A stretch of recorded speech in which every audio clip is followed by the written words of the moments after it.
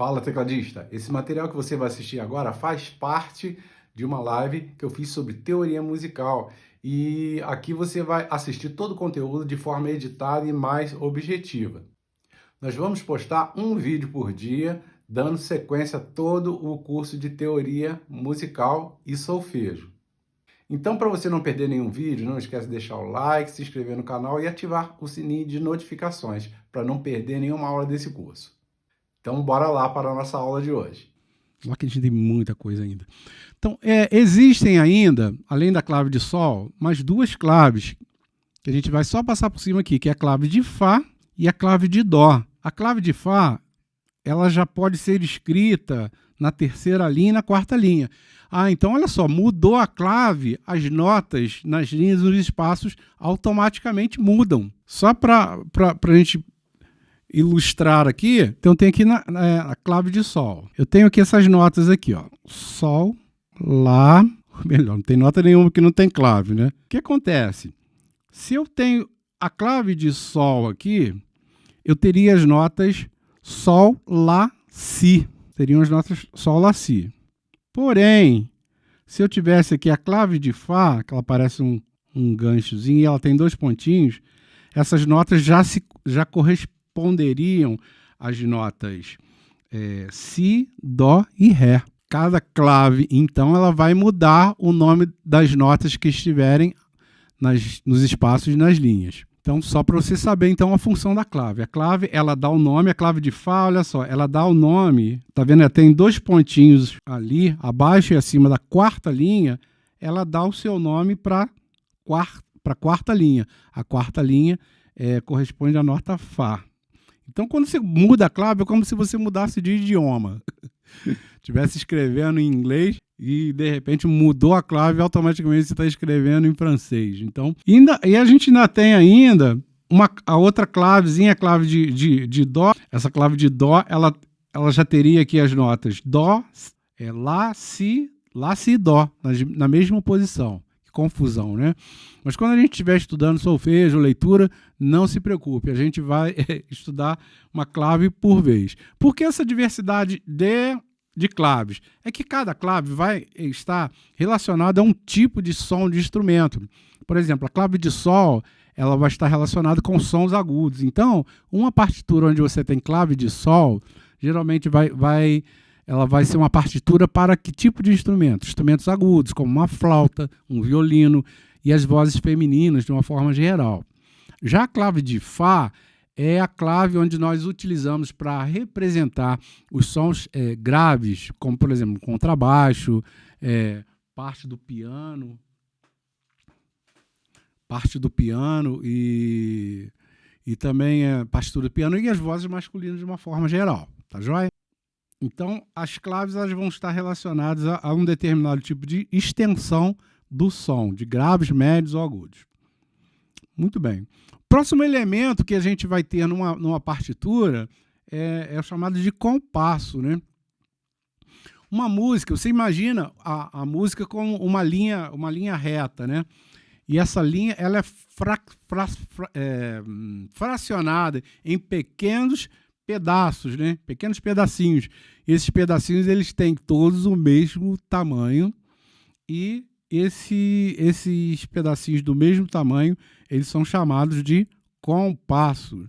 Vamos para o nosso quadro laranja novamente para entender essa ideia do compasso, né? Então imagina aqui que eu tenho aqui uma música, tem uma timeline da música e ela vai ser dividida por pequenos tracinhos assim. Cada espaço entre um tracinho e outro é chamado de compasso. Primeiro compasso, segundo compasso, terceiro compasso, quarto compasso, quinto compasso, sexto compasso. Todos os compassos da música eles deverão ter a mesma duração, o mesmo tamanho, né? Analogamente, determinar que os compassos eles podem ser de 3 tamanhos, são os mais utilizados. Os outros tamanhos, eles são derivados desses principais. É como se eu tivesse um compasso P, M e G. Isso é só uma analogia, tá, gente? Não existe isso não, tá? Em termos de tamanho, é assim. O compasso P é um compasso que ele tem um valor de 2. O compasso M, ele tem um valor de 3. E o compasso G, ele tem um valor de 4. Ou seja, um compasso de 2 tempos quer dizer que todos esses espaços aqui vão durar 2 tempos ou 2 pulsações. Como é que a gente conta esses tempos ou pulsações? Você já viu quando você está ouvindo uma música, é comum você estar lá, né? Jesus, em tua presença, reunimos-nos aqui. A gente tenta, intuitivamente a gente acaba usando as palmas, então batendo o pé, né? Em tua presença. Ou bate a mão na perna. Isso é o quê? É exatamente a nossa percepção do andamento da música e de qual é o passo da música, né? E esse passo, cada passo desse, né, da música, ele corresponde a um tempo. Então, dentro dos compassos, eu posso ter um compasso de 2 tempos, ele é chamado de compasso binário, um compasso de 3 tempos, que é um ternário, ou um compasso de 4 tempos, que é quaternário. Como que você vai saber se a música ela é binária, ternária ou quaternária? Então é uma questão de percepção. Estou contando aqui o tempo, né? Espero que vocês estejam ouvindo minha palma aqui no microfone. Então vou cantar uma música aqui. Tudo que tens feito, por tudo que vais fazer. Você percebe que há uma sílaba fonética que ela é mais forte. Toda palavra tem uma sílaba fonética mais forte. E essa acentuação fonética se chama acentuação tônica. Por exemplo, é por tudo, não é tudo, é tudo. Essa sílaba forte, ela fica bem num passo mais forte, ó. Tudo, por tudo que tens feito, por tudo que vais fazer. Perceberam que eu cantei algumas partes mais fortes e umas partes mais suaves. É como se eu estivesse dando um passo forte. Tudo que tens feito, por tudo que vais fazer. Então ficou aqui um passo forte e um fraco. Quando eu tenho um forte e um fraco, esse compasso é um compasso que só tem o quê? 2 situações. Então ele é um compasso binário, um compasso de 2 tempos. Então toda vez que você tiver essa sensação, né? Por tudo que tens feito, por tudo que... Vou para um quaternário aqui. Olha só como é que funciona. Grande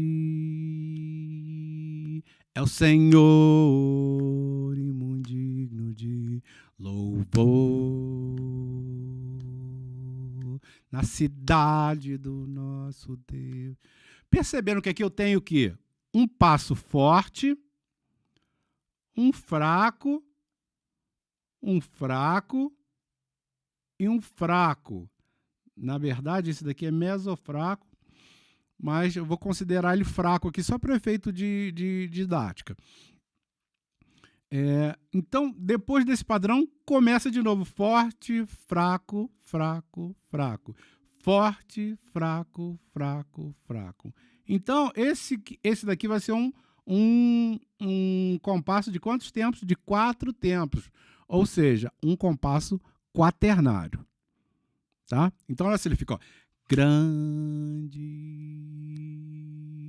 é o Senhor e muito digno de louvor na cidade do nosso Deus, seu santo monte. Joia? Então, aqui, seguindo. Para as definições, né? Que às vezes a definição, sem você entender, é tão complicado, né? Quando você tem um entendimento de como funciona, você já vai esmiuçar, já vai entender melhor os conceitos. Então eu tenho aqui,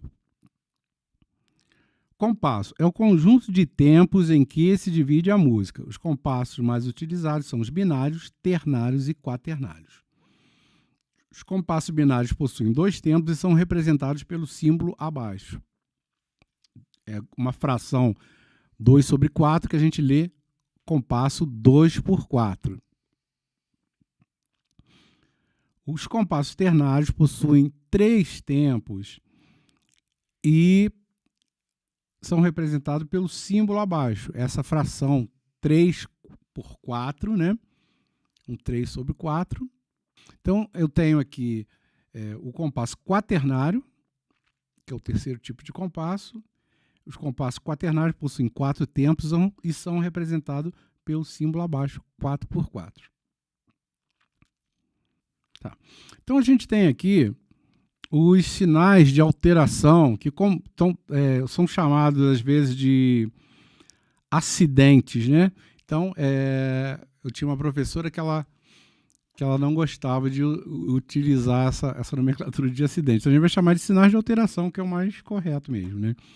E são sinais que servem para alterar o som natural da nota, como, por exemplo, aqui, eu tenho o quê?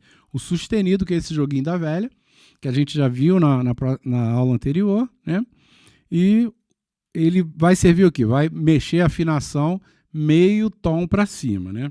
Esse que é o bemol, parece um Bzinho, né?